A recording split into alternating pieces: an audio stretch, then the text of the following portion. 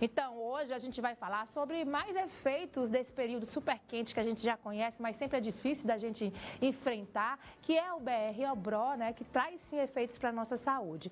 Esse tempo seco, também quente, pode afetar a nossa voz, provocando aí rouquidão e outros problemas. Para a gente entender um pouquinho o que acontece, a gente está recebendo a doutora Mayra Soares, ela é otorrinolaringologista e vai justamente, né, explicar para a gente, né, os efeitos disso, doutora. Seja bem-vinda aqui ao nosso programa. Bom dia para a senhora. Bom dia, tudo bem, Shirley? Obrigada pelo convite. Bom, a gente está passando pelo famoso BR-Obró, né? Que é um período do ano em que a gente sofre um pouco. Por quê? Porque esse período ele é caracterizado basicamente por altas temperaturas, né? E uma escassez de chuva. Então, isso acaba fazendo com que a umidade do ar ela fique baixa. Além do que, as pessoas passam a usar bastante ambientes com ar-condicionado, né, para poder suportar esse período. E isso traz uma série de consequências para o nosso organismo, né, e impacta diretamente nas nossas barreiras de proteção, que são principalmente a pele e as mucosas, né. E aqui falando especialmente da mucosa da via aérea, principalmente da via aérea superior, que é a minha área, né. Então, assim, o que acontece? O ressecamento das mucosas, ele acaba deixando o indivíduo bastante suscetível a infecções por vírus, por bactérias. E aí é onde entram as laringites, as faringites, que elas causam bastante sintomas, como tosse e rouquidão. Muita gente perdendo a voz nesse período, é impressionante, eu acho que até mais do que no ano passado. Eu não sei, essa é a impressão da gente, enquanto leiga que a gente tem, mas muita gente teve crise de garganta. Eu tive semana passada, perdi completamente a voz. Outra coisa que eu queria perguntar se pode influenciar, porque como a senhora falou, a gente tende a usar mais ar-condicionado, porque realmente é uma necessidade para a gente conseguir enfrentar esse calorzão. E quando a gente sai, né, a gente é exposto àquele calor absurdo, né? Então existe esse choque térmico. Isso aí pode influenciar e piorar também essa condição, doutora? Sim, com certeza, porque o que acontece? O ar-condicionado, para ele resfriar o ambiente, ele precisa remover água. Então, ele deixa o ar do ambiente mais seco. E aí, a gente está numa temperatura baixa e sai do carro ou do ambiente, do shopping, para um ambiente para um meio ambiente muito quente, tá? Então, essa variação brusca de temperatura também influencia, né? E acaba somado à mucosa que já está sofrida, porque ela está ressecada por conta da umidade baixa. Esses dois fatores acabam fragilizando mais ainda e predispondo às doenças, né? Além do que, assim, o clima seco deixa resíduos muito dispersos no ambiente, no ar. Então, também vem as crises de rinite, né? A mucosa do nariz fica mais sofrida.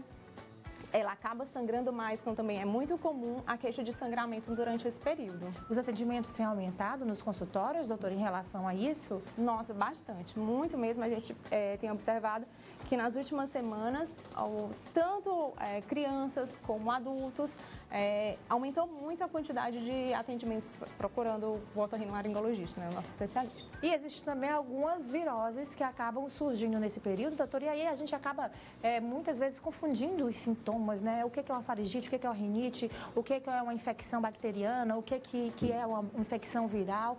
Né? Então, qual a orientação que a senhora dá para as pessoas que estão sofrendo nesse período? Bom, a gente primeiro vai trabalhar com a prevenção, né?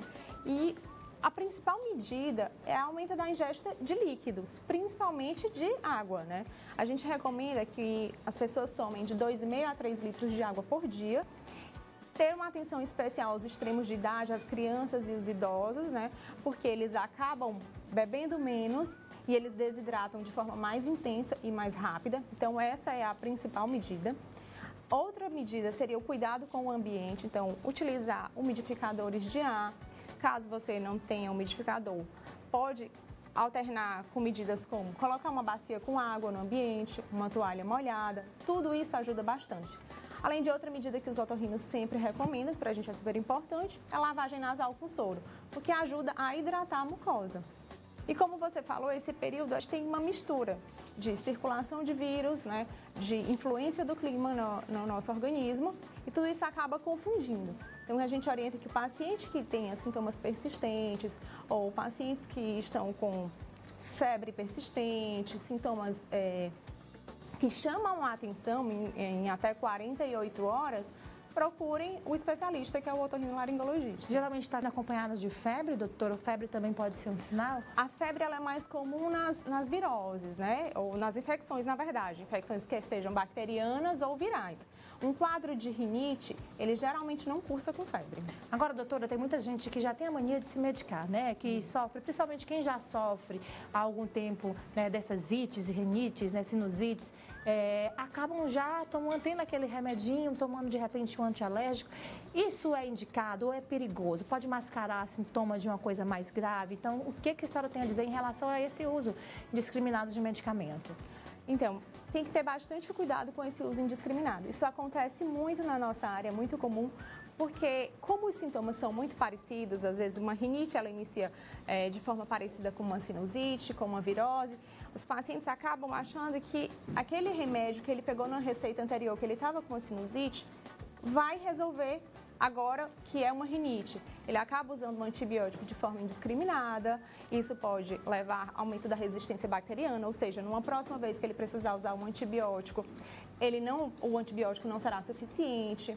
Às vezes, numa receita anterior, num episódio anterior, foi necessário usar uma medicação, um corticosteroide, que auxilia na inflamação. Ele usa de forma indiscriminada, as mães também acabam dando muito para as crianças e isso não é correto, porque essas medicações usadas descontroladamente, elas podem trazer uma série de consequências, né, de malefícios também. Então, é sempre importante passar com o médico para a gente realmente avaliar a necessidade e orientar a medicação correta, para que não haja nenhum problema, né, nenhuma consequência indesejada. Tá certo. A senhora falou das formas de prevenir, deu algumas dicas interessantes, mas geralmente como é feito o tratamento dessa doença? É longo? É preciso analisar cada caso? Que tipo de tratamento geralmente é feito, doutora?